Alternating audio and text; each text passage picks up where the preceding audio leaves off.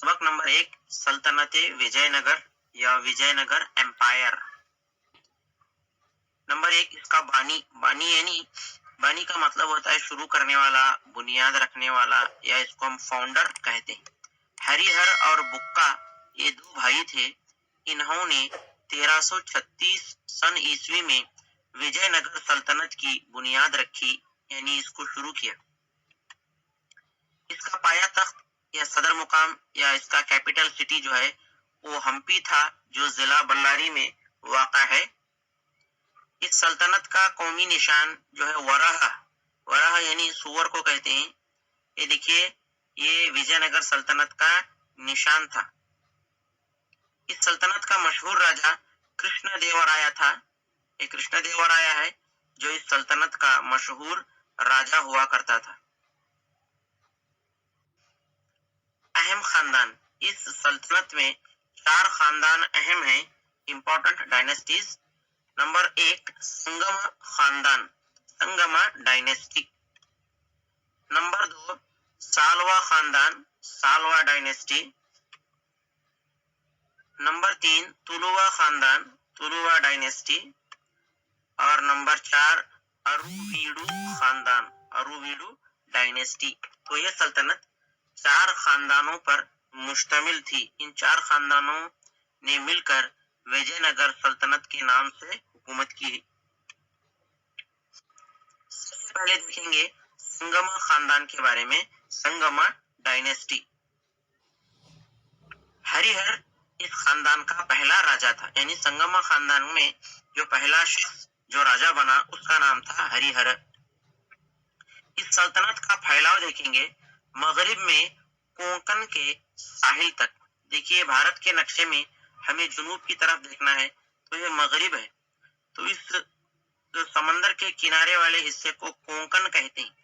तो मगरिब में ये समंदर के किनारे तक सल्तनत फैली हुई थी। फिर मशरिक में नेल्लूर और कडप्पा तक, ये मशरिकी हिस्सा है, तो ये नेल्लूर और कडप्पा तक मशरिक में फैली हुई थी। फिर शुमाल में कृष्णा नदी, यानी इसके शुमाल में इसकी जो सरहद थी वो कृष्णा नदी थी।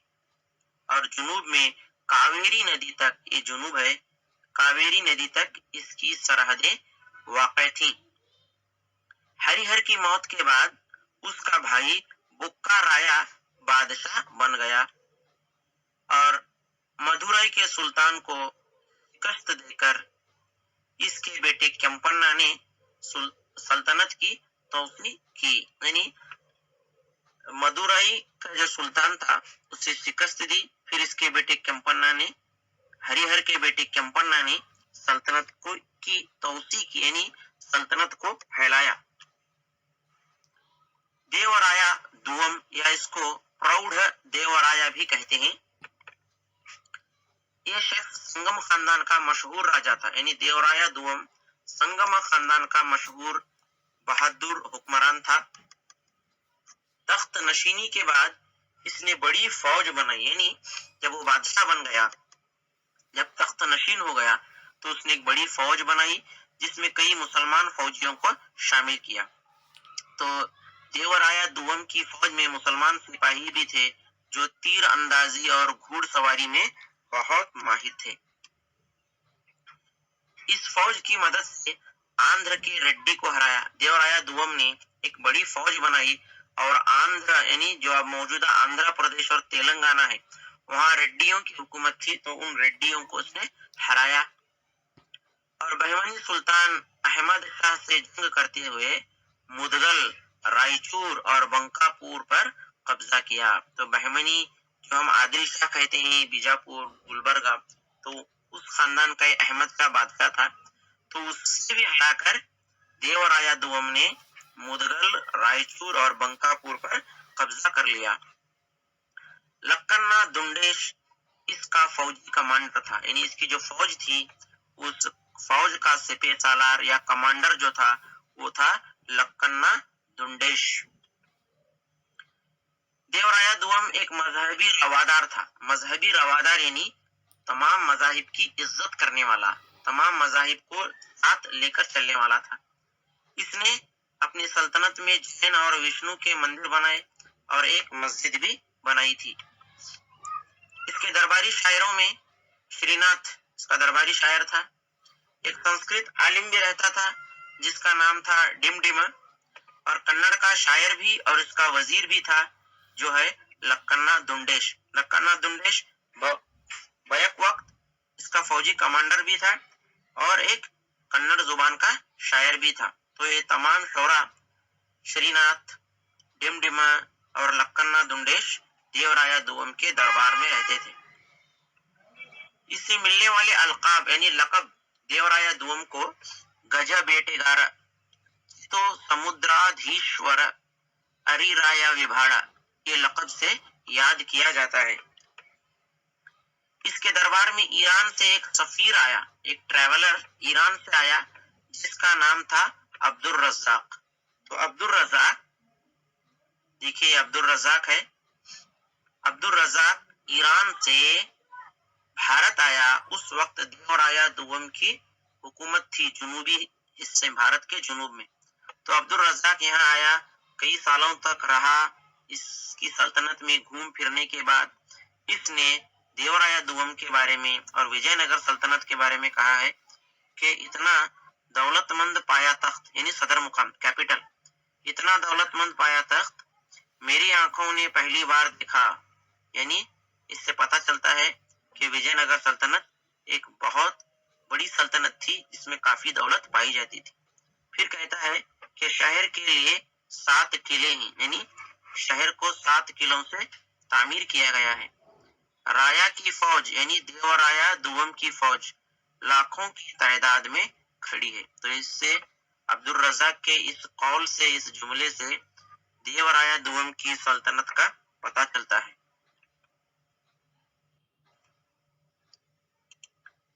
اب دیکھیں گے سالوا خاندان یا سالوا ڈائنیسٹی۔ سالوا نرسمہا اس کا راجا تھا جس نے 6 سال تک حکومت کی اور 1491 میں اس کی وفات یعنی انتقال ہو گیا۔ اس کے بچے کم عمر تھے یعنی چھوٹے تھے، اس لیے حکومت اس کے سپہ سالار نرسا نائک کی نگرانی میں چلی۔ یعنی سالوا نرسمہا کا جب انتقال ہوا تو اس کے بچے حکومت چلانے کے قابل نہیں تھے کیونکہ ان کی عمر بہت چھوٹی تھی، اس لیے اس کا سپہ سالار نرسا نائک نے حکومت کو آگے بڑھایا، اس کی نگرانی میں حکومت چلتی رہی۔ تلوا خاندان، تلوا ڈائنیسٹی، اس خاندان کا جو راجا تھا کرشن دیورایا جس نے 1509 سے 1529 تک یعنی 20 سال تک حکومت کی۔ وجے نگر سلطنت کے چاروں خاندان میں کرشن دیورایا کو کافی اہمیت دی جاتی ہے۔ یہ وجے نگر سلطنت کا مشہور اور بہادر حکمران راجا یا بادشاہ تھا۔ اس کے بارے میں پڑھیں گے کہ وجے نگر سلطنت کا مشہور اور طاقتور حکمران تھا۔ اس کی فتوحات یعنی کون کون سے علاقے اس نے فتح کیے، کون کون سی جنگیں جیتی۔ پہلا ہے 1510 میں اس نے اماتور کے سردار گنگ راجا کو ہرا کر شیو سمدر پر قبضہ کیا۔ یعنی اماتور کا جو سردار تھا جس کا نام تھا گنگ راجا، اس کو ہرایا اور اس کا علاقہ تھا شیو سمدر، اس پر کرشن دیورایا نے قبضہ کر لیا۔ دوسرا رائچور کے قلعے پر قبضہ کر لیا، اور تیسرا ہے بیجاپور کے سلطان سے گوا پر قبضہ کرنے کے لیے پرتگالیوں کی مدد لی۔ یعنی پرتگالی تجارت کے لیے گوا آئے ہوئے تھے تو ان کی مدد سے کرشن دیورایا نے گوا کو اپنے قبضے میں لے لیا جس پر بیجاپور کے سلطان کی حکومت تھی۔ 1513 میں اس نے ادے گیری کا قلعہ بھی فتح کر لیا۔ پھر 1518 میں کلنگا کے راجا گجپتی پرتاپ رودر کو شکست دے کر کٹک پر قبضہ کر لیا۔ کٹک ایک شہر ہے، وہاں پر گجپتی پرتاپ رودر کی حکومت تھی، تو کرشن دیورایا نے اسے ہرایا اور کٹک پر قبضہ کیا۔ پھر اس کے بعد اسی کی بیٹی جگن موہنی سے شادی کی، یعنی جس بادشاہ کو ہرایا اسی کی بیٹی سے کرشن دیورایا نے شادی کر لی۔ نمبر 6 اسماعیل عادل شاہ ने दोबारा रायचूर पर कब्जा कर लिया।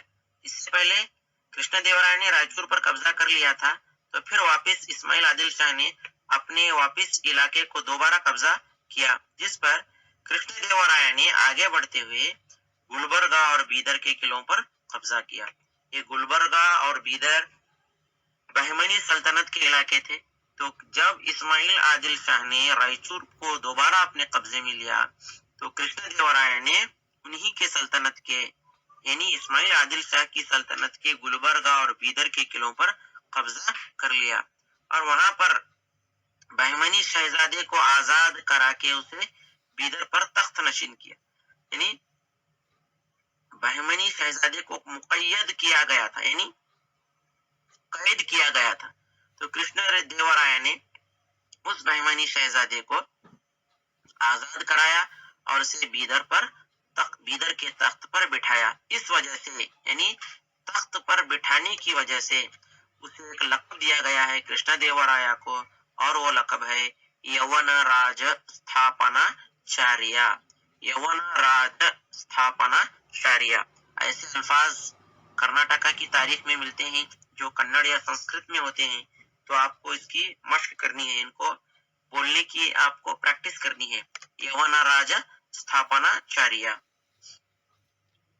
नंबर 7, 1529 तक उसने चारों सिमतों में सल्तनत की तौसी की थी। यानी कृष्णदेवराय ने 1529 तक जो है मशरिक, मगरिब और शुमाल और जुनूब तक इसने अपनी सल्तनत को फैलाया था। तौसी करना मतलब फैलाना। अब कृष्णदेवराय मौर्रिखीन की नजर में, मौर्रिख यानी जो तारीख लिखते हैं, जो हिस्ट्री या इतिहास को लिखते हैं, उससे कहते हैं मौर्रिख। इसे अंग्रेजी में हिस्टोरियन कहते हैं। तो हिस्टोरियन या मौर्रिखीन कृष्णदेवराय के बारे में क्या कहते हैं? पहला है रॉबर्ट स्यूल। रॉबर्ट स्यूल कहता है कि कृष्णदेवराय बड़ा दिलेर यानी बहादुर, दानिश्वर फौजी यानी अक्लमंद होशियार फौजी, और सियासी माहिर था, यानी सियासत के बारे में बड़ी महारत रखता था। पॉलिटिक्स के बारे में, हुकूमत किस तरह चलानी है, इसको कहते हैं सियासत, पॉलिटिक्स। तो इसका माहिर था। उसने दुश्मनों के होश उड़ाकर जुनूबी हिंदुस्तान तक हुकूमत की तौसी की। ये दुश्मनों के होश उड़ाना मतलब उनको हराते हुए जुनूबी हिंदुस्तान तक इसने हुकूमत को फैलाया था। डोमिंगो पाइस कहता है कि कृष्णदेवराय कद आवर शख्स यानी ताकतवर शख्स, मशहूर शख्स था और नरम मिजाज का मालिक था, यानी नरम मिजाज रखता था। रक्कस तंगड़ी या तालीकोटी जंग, बैटल ऑफ रक्कस तंगड़ी और तालीकोटी, ये जंग 1565 में हुई है और ये जंग एक फैसला कुन जंग थी। इस जंग के बाद विजयनगर सल्तनत का खात्मा हो गया और ये जंग 1565 में लड़ी गई। तालीकोटी एक जगह है जो कृष्णा नदी के किनारे वाक़ा है। तो इस मकाम पर ये जंग लड़ने की वजह से इसको बैटल ऑफ तालीकोटी या तालीकोटी की जंग या रक्कस तंगड़ी की जंग कहते हैं। ये जो जंग है दो सल्तनतों के दरमियान हुई, एक तरफ बहमनी सल्तनत और दूसरी तरफ विजयनगर खानदान। ये दोनों आमने सामने थे। ये दोनों सल्तनतें उस वक्त की मजबूत सल्तनतें मानी जाती थी। अब ये जंग क्यों शुरू हुई, इसकी क्या वजह थी? एक है राम राया ने, ये विजयनगर सल्तनत का बादशाह था, राम राया ने बीजापुर और गोलकंडा पर कब्जा कर लिया। ये बीजापुर और गोलकंडा बहमनी सल्तनत के इलाके थे, तो उस पर इसने कब्जा किया था। इसलिए बहमनी जो खानदान था वो मुत्तहिद हो गया और जंग शुरू हो गई। तो जब राम राया ने बीजापुर और गोलकंडा पर कब्जा कर लिया, तो अपने इलाके हासिल करने के लिए बहमनी खानदान एक हो गया। यानी ये ये बहमनी सल्तनत 5 खानदानों पर मुनहसिर थी, तो तमाम एक हो गए और जंग शुरू हो गई। जंग का मंजर देखेंगे कि किस तरह जंग हुई। 23 जनवरी के दिन 1565 ईस्वी को बहमनी सलातीन यानी सुल्तान बादशाह और विजयनगर की फौज कृष्णा नदी के साहिल पर आमने सामने हो गई, जंग के लिए खड़े हो गए। राम राया जो बादशाह था, इसकी सरपरस्ती में विजयनगर सल्तनत जंग लड़ रही थी, तो वो जंग में मारा गया। फिर इसका बेटा यानी राम राया का बेटा तिरुमला और वेंकट ने मैदानी जंग से फरार होकर पेनुकोंडा में पनाह ले ली। यानी जंग इतनी भयानक चल रही थी, इतनी घमासान जंग चल रही थी कि इस जंग में बहमनी सल्तनत का पलड़ा भारी हो रहा था। तो राम राया की मौत के बाद उसका बेटा तिरुमल और वेंकट ये दोनों मैदानी जंग से फरार हो गए, यानी भाग गए और पेनुकोंडा में जाकर पनाह ले ली और विजयनगर सल्तनत का खातिमा हो गया। यानी इस जंग को बहमनी सल्तनत ने जीत लिया और मैसूर, यलहंका, केळदी, चित्रदुर्ग और सुरपुर के सरदार और पालेगार आजाद हो गए। यानी ये जो पालेगार यानी छोटे छोटे हाकिम मैसूर के, यलहंका के, केळदी और चित्रदुर्ग और सुरपुर के, ये विजयनगर सल्तनत के मातहत काम करते थे। जब विजयनगर सल्तनत की हार हो गई, उनका खातिमा हो गया, तो इन लोगों ने अपने आप को आजाद कर लिया और बहमनी सल्तनत ने विजयनगर पर कब्जा कर लिया। तो इस तरह कस-तंगड़ी की जंग एक फैसला कुन जंग मानी जाती है। एक सल्तनत का खातिमा होता है और बहमनी सल्तनत की शुरू मजीद उसे मजबूती और ताकत मिलती है। विजयनगर के इलाके बहमनी सल्तनत के मातहत आ गए।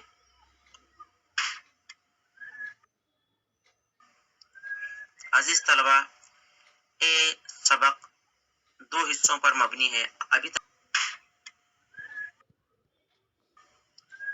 अजीज तलबा, ये सबक दो हिस्सों पर मबनी है। अभी तक आप पहला हिस्सा देख रहे थे। अगली वीडियो में इंशाअल्लाह आप इसका बकिया हिस्सा भी देखेंगे। तो इस वीडियो को ज्यादा से पहुंचाएं।